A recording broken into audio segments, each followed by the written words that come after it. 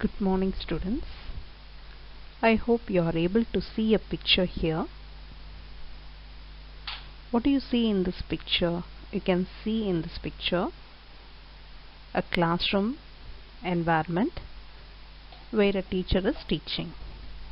What type of classroom it is? It is a classroom where normal children and special children are educated. What is the term which is given for this type of classroom? Yeah, you are right. It is called as an inclusive classroom. What is the type of education which is given in an inclusive classroom? It is called as an inclusive education. So now let us learn about creating an inclusive school.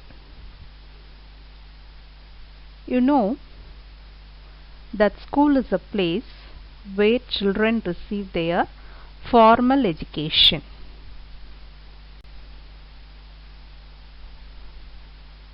You can see in this paper how the special children are given education in the mainstream along with the normal children by slight changes in the curriculum, the methodology, the physical environment of the school, the infrastructure facilities, and also certain adaptations in the education system. So today we are going to see about what is inclusive education and how to provide, what are its objectives, and what are the challenges that people face in giving inclusive education. Terminologies. One is special education, where the special children are educated in a separate place.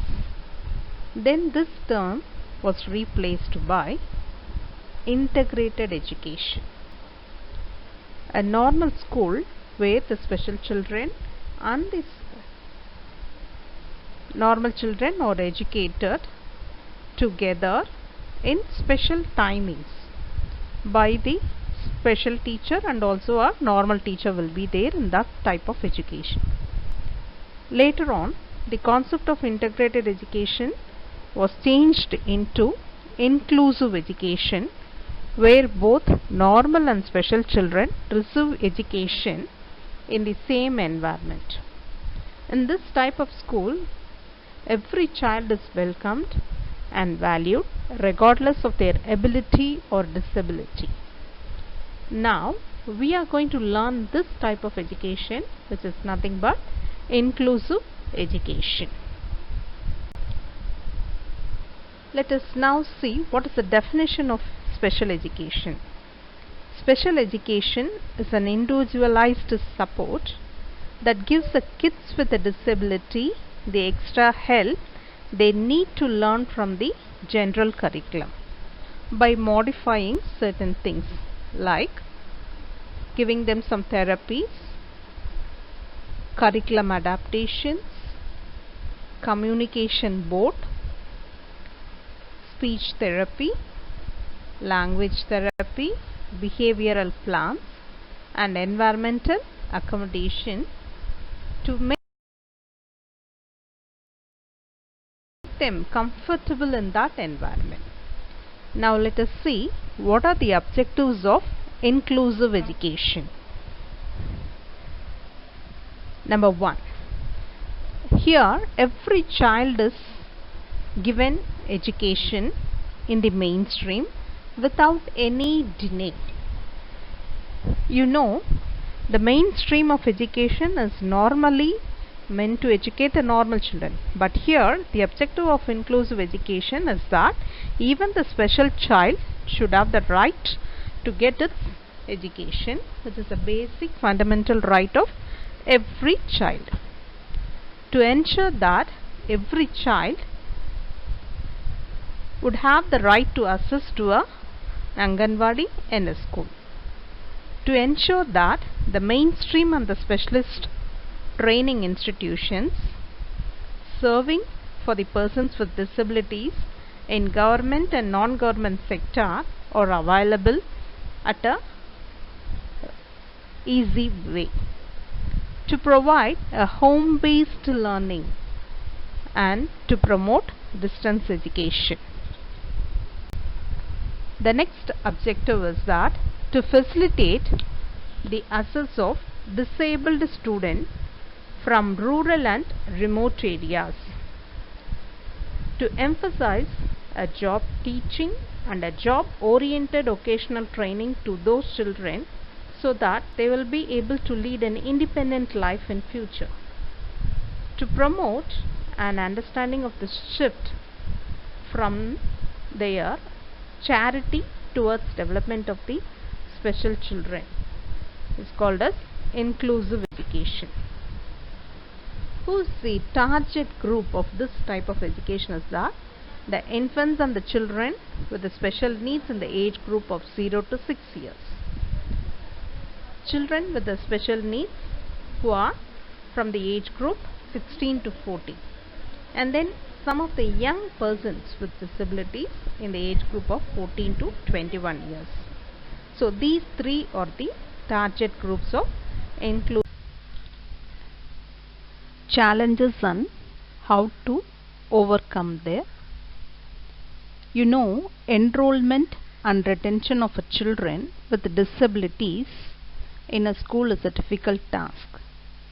Normally, in the society and even the parents don't want to expose their disabled children to the society.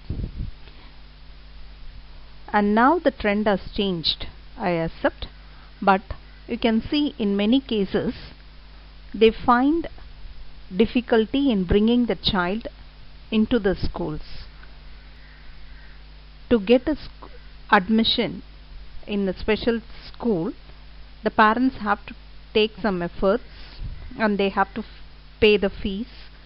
These are some of the problems which arises from the parent side to make a child join in a disabled school or a special school. Even after joining, some of them don't continue their education in the same school. They have been stopped from education either due to financial problems or family problems or any other health issues of the special child. So we have to find some strategies to overcome them. What are the things which we can do? First, you have to review the existing program. Just analyze whether the current programs are applicable in nature, and then we can create general awareness in the community. You can arrange for some programs, you can go for a seminar, or you can just go for a rally to bring an awareness among the people to educate the special child. Then ensure the enrollment and intervention for all the children with special needs. First, we have to take a survey of the special children present in a locality and whether everybody is able to get their enrollment, that is nothing but get admission into a special school or a normal school. And how we can do this is to provide them free and a compulsory elementary education. 6 to 14, as per the norms of Indian government, we have to provide free and compulsory education. So these special children are also have the utility to make use of this right. And then we have to ensure physical access for the children and the youth in the school and the disability. You can see the school system, the school buildings, everything has to be changed and modified a little bit to accommodate these special children. You can see we can arrange for a ramp instead of a staircase in a school building so that the special children will also able to reach to the building. Then they need to have transport facilities. The classroom cannot be like the normal classroom. The classroom has to be modified so that the special children with a wheelchair could also be able to sit inside the same classroom. So these are the physical assets which could help this enrollment and retention of the children in the mainstream education system. Then, providing a need-based education and other support in the mainstream schools in order to develop their learning and abilities. You can see these special children, they are not like the normal children. You have to do some activities, give them some special program, so that it will provide them some need-based education. You can't just stick on only to written examinations or written homeworks given for the special children. It has to be modified into an inquiry-based teaching, project work. Like that, when we shift on to that, these children are also able to get their education. For this, what are the strategies we can work is development of a national norms for inclusive education. All throughout the nation we should have some common norms. Norms are nothing but the rules, so that the inclusive education given at any place of the country will be the similar and it is easily accessible for them also. Then provide input in all the pre-service and service training for the mainstream. You have to educate the teachers. That's very important. Even a normal teacher with a B.Ed curriculum should be able to teach for the special children. You have to provide them. That's why we are having this paper in our syllabus. Then appropriate resource services support. We have to arrange some appropriate resources. We can go for some special teachers, specialized people, and make them utilized in our school to train the special children. Put in a place an effective communication and a delivery system. We have to give them an effective communication, convey the things in a very fruitful and a easy way for a special child to understand it, and then put into practical utility. Then support higher and vocational education through proper implementation of the existing reservation quota in all the educational institutions. We have to already we know that we have some quota reservation for this physically disabled people in any type of institution. So that should be given. It should not be bad. Okay, and we have to create an environment where they won't find any barrier to come to the schools and learn. Then for this, ensuring the physical access for young persons with disabilities in college and educational institutions. You know, in every institution there is a reservation which is given for the physically challenged people to get their education. And what is the second point?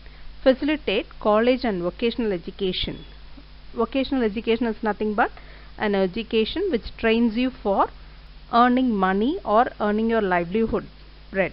Is it not? You can see these people, though they are disabled. In the picture you can see some of the disabled people who are working in organizations to earn them. They are working in a car company, or they are making a furniture, small craft works, and they are doing something to earn their livelihood. And you can see this implementation should be done, and they should be given some special extra timings and timing and support materials during their examinations, so that they will also be able to compete with the normal children in the public examinations and others. So what we try to conclude is that if you provide all these things, inclusive education can be possible. What are they? Enrollment and retention of all children with disabilities, providing a need-based education and other support in the mainstream schools to the children.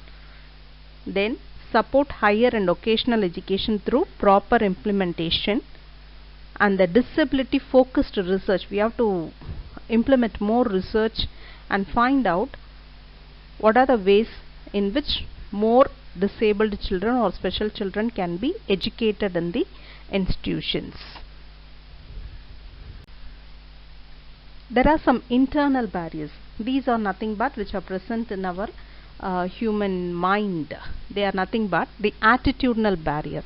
The attitudinal barrier is nothing but the vision of the people the people think that why a special child needs education. It is not necessary for them.